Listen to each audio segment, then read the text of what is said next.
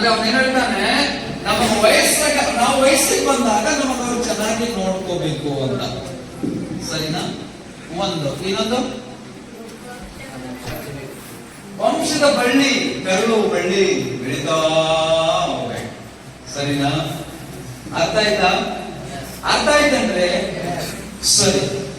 So ನಮ್ಮ ಹತ್ರ ಇರ್ತಕ್ಕಂಥ ಒಂದು ಕನ್ಫ್ಯೂಷನ್ ಏನಂದ್ರೆ, ಗಂಡಿನಿಂದ ಮಾತ್ರ ಕರುಳು ಬಳ್ಳಿ ಬೆಳೆಯುತ್ತೆ ಅನ್ನೋದು ನಾವು ತಿಳ್ಕೊಂಡಿರೋದು. ನಮ್ಮಲ್ಲಿ ಒಂದು ಸ್ವಾರ್ಥ, ನಮ್ಮಲ್ಲಿರ್ತಕ್ಕಂಥ ಒಂದು ನಿಜವಾದ ಸ್ವಾರ್ಥ ಏನಂದ್ರೆ, ಗಂಡು ಮಗುವಿನಿಂದ ಮಾತ್ರ ಕರುಳು ಬಳ್ಳಿ ಬೆಳೆಯುತ್ತೆ. ಅದು ನಮ್ಮ ಸ್ವಾರ್ಥ. That is our selfish nature. Yesu ಸ್ವಾಮಿಯ ಅಜ್ಜಿಯ ಅಜ್ಜಿ ಏನ್ರಿ? ಯೇಸು ಸ್ವಾಮಿಯ ಅಜ್ಜನ ಅಜ್ಜಿ ಹೆಸರು ರೂತಳು. ಏನ್ರಿ? ಎಲ್ಲಿ? ರೂತಳು. ನನಗೆ ರೂತಳು. ನೀವು ಹಾಕಿ ಕಲ್ತಿಲ್ರಿ ಸಲಗ? ನಿಮ್ ಗುರುಗಳು ರೂ ಕಳ್ಸಿದ್ರು ನೀವು. ಅದೇ ಆಮೇಲೆ ರೂತಳು ಆಕೆ ಇಸ್ರಾಯೇಲಿನ ಹುಡುಗಿ ಅಲ್ಲ. Is not Israelite. ಆಕೆ ಇಸ್ರಾಯೇಲಿನ ಜೀವಿತವನ್ನು ನಾವು ನೋಡುವಾಗ ಆಕೆಗೂ ಇಸ್ರಾಯೇಲ್ ಜನರಿಗೂ ಯಾವ ಸಂಬಂಧ ಇಲ್ಲ. ನನ್ನ ಮಾತು ನೀವು ಅರ್ಥ ಮಾಡಿಕೊಂಡ್ರೆ, ರೂತಳಿಗೂ ಇಸ್ರಾಯೇಲ್ ಜನರಿಗೂ ಯಾವುದೇ ಸಂಬಂಧ ಇಲ್ಲ. ಆದರೆ ಆ ರೂತಳ ಮೊಮ್ಮಗ ಯಾರು ಗೊತ್ತಾ? ಯೇಸು ಸ್ವಾಮಿ. ಆ ಹುಡುಗಿ, ನಾವು ಅನೇಕ ಸಾರಿ ಹೆಣ್ಣು ಮಕ್ಕಳನ್ನ ಬಹಳ ಅಂಡರ್ ಎಸ್ಟಿಮೇಟ್ ಮಾಡ್ತೇವೆ. ಇವಳು ಏನಾಗ್ತದ? ಕೆಲವು ಮನೆಗೆ ಹೆಂಗಂದ್ರೆ ಗಂಡು ಮಕ್ಕಳಿಗೆ ದೊಡ್ಡ ಸಾಲಿ ಕಲಿಸ್ತಾರ, ಹೆಣ್ಣು ಮಕ್ಕಳಿಗೆ ಸರ್ಕಾರಿ ಸಾಲಿ. ನನಗೆ ಗೊತ್ತದ. ಆಮೇಲೆ ಅಲ್ಲೂಯ್ಯ ಇವರಿಗೆ ಮದುವೆ ಮಾಡೋದೈತಿ, ಕಳ್ಸೋದೈತಿ. ಆಕ್ಚುಲಿ ನಿಮಗೊಂದು ಸೀಕ್ರೆಟ್ ಹೇಳ್ತೇನೆ, ನಾನು ನಿಮಗೊಂದು ರಹಸ್ಯ ಹೇಳ್ತೇನೆ.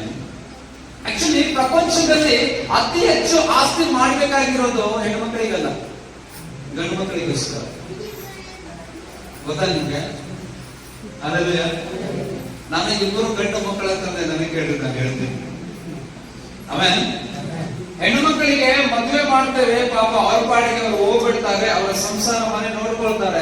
ಆದ್ರೆ ಗಂಡು ಮಕ್ಕಳು ನೀವು ಸಾಯೋ ತರ ನಿಮ್ಮನ್ನ ಹಿಚಿಗಿ ಸಾಯಿಸ್ತಾರೆ. ನೀನೇನ್ ಮಾಡಿದೆ, ಯವ್ವ ನೀನೇನ್ ಮಾಡಿದೆ, ಏನ್ ಮಾಡ್ಬೇಕಿಲ್ಲ, ನೀನ್ ಮಾಡಾಕ್ತೀನಿ ಮಕ್ಕಳಿಗೆ. That is very important. Hallelujah. ಆ ರೂತಳ ಮುಖಾಂತರ ಬೋವಾಜನ ಕಾರಣದಿಂದ ದಾವೀದನ ವಂಶದಲ್ಲಿ ಯೇಸು ಸ್ವಾಮಿ ಜನಿಸಿದ. ಬೈಬಲ್ ಹೆಣ್ಣಿಗೂ ಗಂಡಿಗೂ ಒಂದೇ ವ್ಯಾಲ್ಯೂ ಕೊಡುತ್ತೆ. ಇಲ್ಲಿ ಹೆಣ್ಣು ಗಂಡು ಬೇರೆ ಇಲ್ಲ. ಒಂದ್ಸಾರಿ ಯೇಸು ಸ್ವಾಮಿ ಹತ್ರ ಒಬ್ರು ಬಂದ್ರು. ಅವ್ರು ಹೇಳ್ತಾರೆ, ಸ್ವಾಮಿ, ಒಬ್ಬ ಮನುಷ್ಯನಿಗೆ 7 ಜನ ಮಕ್ಕಳಿದ್ದಾರೆ. ಎಷ್ಟು ಜನ? 7 ಜನ ಮಕ್ಕಳಿದ್ದಾರೆ. ಆ 7 ಜನ ಮಕ್ಕಳಲ್ಲಿ ದೊಡ್ಡವನಿಗೆ ಮದುವೆ ಆಗುತ್ತೆ. ದೊಡ್ಡವನಿಗೆ ಮದುವೆಯಾಗಿ ಆತನಿಗೆ ಮಕ್ಕಳಾಗೋದಿಲ್ಲ. ಏನೋ ಒಂದು ಕಾರಣದಿಂದ ಅವನು ಸತ್ತೋಗ್ತಾನೆ. ಏನಾಗ್ತಾನೆ? ಸತ್ತೋಗ್ತಾನೆ. ಆಗ ಆತನ ತಮ್ಮ ಎರಡನೆಯವನು ಆತನ ಅತ್ತಿಗೆಯನ್ನ ಮದುವೆ ಆಗ್ತಾನೆ. ಅವನಿಗೂ ಮಕ್ಕಳಾಗೋದಿಲ್ಲ, ಅವನು ಸತ್ತೋಗ್ತಾನೆ. ಮೂರನೆಯವನು ಮದುವೆ ಆಗ್ತಾನೆ, ಅವನು ಸತ್ತೋಗ್ತಾನೆ. ಹಾಗೆ 7 ಜನ ಆಕೆಗೆ ಮದುವೆಯಾಗಿ ಸತ್ತೋಗ್ತಾರೆ, ಯಾರಿಗೂ ಮಕ್ಕಳಾಗೋದಿಲ್ಲ. ಸ್ವಾಮಿ, ನೀನು ನಿನ್ನ ರಾಜ್ಯವನ್ನು ಪಡೆದವನಾಗಿ ಬರುವಾಗ ಅವಳು ಯಾರ ಹೆಂಡತಿ ಆಗ್ತಾಳೆ? ನಾವೆಲ್ಲ ಪರಲೋಕಕ್ಕೆ ಹೋದಾಗ ಅವಳು ಯಾರ ಹೆಂಡತಿ ಆಗ್ತಾಳೆ? ನಿಮಗೇನು ಅನ್ಸುತ್ತೆ? 7 ಜನ ಮದುವೆ ಆಗ್ತಾರೆ. ಸ್ವಾಮಿ ಹೇಳ್ತಾನೆ, ಪರಲೋಕ ರಾಜ್ಯದಲ್ಲಿ ಮದುವೆ ಇರೋದಿಲ್ಲ. ಪರಲೋಕ ರಾಜ್ಯದಲ್ಲಿ ಗಂಡ ಹೆಂಡತಿ ಮಕ್ಕಳು ಅಜ್ಜ ಅಜ್ಜಿ ಇಲ್ಲ.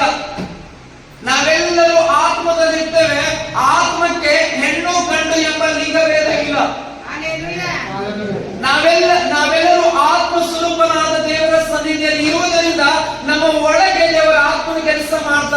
ನಮಗೆ ಲಿಂಗ ಭೇದಗಳಿರೋದಿಲ್ಲ. ಸೊ ಹಾಗಾಗಿ ಅವಳು ಅಲ್ಲಿ ಯಾರಿಗೂ ಹೆಂಡತಿ ಅಲ್ಲ. ಪ್ರೀತಿಯ ದೇವಸ್ಥಾನವೇ, ನಾನು ಇವತ್ತು ವಿಶೇಷವಾಗಿ ನಾನು ಹೆಣ್ಣು ಮಕ್ಕಳ ಬಗ್ಗೆ ಮಾತಾಡ್ಲಿಕ್ಕೆ ಇಷ್ಟಪಡ್ತೇನೆ. ಯಾಕಂದ್ರೆ ಇವತ್ತು ಸಮಾಜ ಏನ್ ಮಾಡ್ತಾ ಇದೆ, ನಮ್ಮ ಸಮಾಜ ಏನ್ ಮಾಡ್ತಾ ಇದೆ ಅಂದ್ರೆ ಹೆಣ್ಣು ಮಕ್ಕಳಿಗೆ ಸರಿಯಾದ ವ್ಯಾಲ್ಯೂ ಕೊಡ್ತಾ ಇಲ್ಲ. ಹೆಣ್ಣು ಮಕ್ಕಳಿಗೆ ಕೆಳಮಟ್ಟದಲ್ಲಿ ಅವರಿಗೆ ನೋಡ್ತಿದ್ದಾರೆ. ಎಷ್ಟೋ ತಂದೆ ತಾಯಿಗಳು, ಎಷ್ಟೋ ಅತ್ತೆ ಮಾವಂದಿರು ಇವತ್ತು ಆ ಮಕ್ಕಳನ್ನ, ಹೆಣ್ಣು ಮಕ್ಕಳನ್ನ ಮುಂದೆ ತರಲಿಕ್ಕೆ ಇಷ್ಟಪಡೋದಿಲ್ಲ. ಅವ್ರು ಯಾವಾಗಲೂ ಕೆಳಗೆ ಬಿದ್ದಿರ್ಬೇಕಂತಾರೆ. ನೋಡ್ರಿ, ಮೋಸೆಯನ್ನು ಹೆತ್ತು ಆಸನನ್ನ 40 ವರ್ಷ ಕಾಳಜಿ ವಹಿಸಿದ ಯಾರು ಗೊತ್ತಾ? ಒಂದು ಹೆಣ್ಣು, ಲೇಡಿ. ಇವತ್ತು ಇಸ್ರಾಯೇಲ್ ಜನರಿಗೆ ಅದ್ಭುತವಾದ ಒಬ್ಬ ಹೀರೋ ಸಿಕ್ಕಿದಾನಂದ್ರೆ ಅದಕ್ಕೆ ಕಾರಣ ಒಂದು ಹೆಣ್ಣು ಮಗಳು, ಆಕೆ ಮೋಸೆಯ ತಾಯಿ. ಆಮೇಲೆ ಈಗ ಇಡೀ ಇಸ್ರಾಯೇಲ್ ಪ್ರಾಂತ್ಯಕ್ಕೆ ಒಬ್ಬ ದೊಡ್ಡ ಪ್ರವಾದಿ ಇದ್ದ, ಆತನ ಹೆಸರು ಸಾಮುವೇಲ್. ಆತ ಸಾಮುವೇಲನು ದೊಡ್ಡ ಪ್ರವಾದಿ ಹುಟ್ಟಲಿಕ್ಕೆ ಕಾರಣ ಯಾರು ಗೊತ್ತಾ? ಹನ್ನ, ಆತನ ತಾಯಿ. ಆಮೇಲೆ ಹಲ್ಲೆಲೂಯಾ. ದೇವರು ಪರಲೋಕದಿಂದ ಭೂಲೋಕಕ್ಕೆ ನೋಡಿದಾಗೆ ಯಾರು ನೀತಿವಂತರಿಲ್ಲ. ಏನಿಲ್ಲ ಹೇಳ್ರಿ, ಒಬ್ಬನೂ ನೀತಿವಂತನಿಲ್ಲ. ಎಲ್ಲರೂ ಪಾಪ ಮಾಡಿದ್ದಾರೆ. ಯಾರು ಮುಸ್ಲಿಂ ನೋಡಿದ್ರು ಪಾಪ ಮಾಡಿದ ಮುಸ್ಲಿಮೇ. ಹಲ್ಲೆಲೂಯಾ. ಅವು ಕೆಲವು ಮುಸ್ಲಿಂ ಹೆಂಗಿರ್ತಾವಲ್ಲ, ಅವು ಸಂಡಾಸನಿದ್ದಾಗ 8 ಸಾರಿ ಒಂದಿನ 8 ಸಾರಿ ಸಂಡಾಸ ಬಿಡ್ತಾವಲ್ಲ ಅಂತ ಮುಸ್ಲಿಂ ಎಂತ ಸರ್ಪ್ರೈಸ್ ಕೊಟ್ಟರು ಮುಸ್ಲಿಮೇ ಗೊತ್ತಾಗಲಿಲ್ಲ.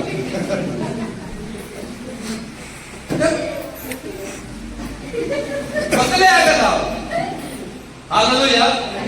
ಆದ್ರೆ ನಾವು ದೇವರ ಮಕ್ಕಳು, we have to be new every day.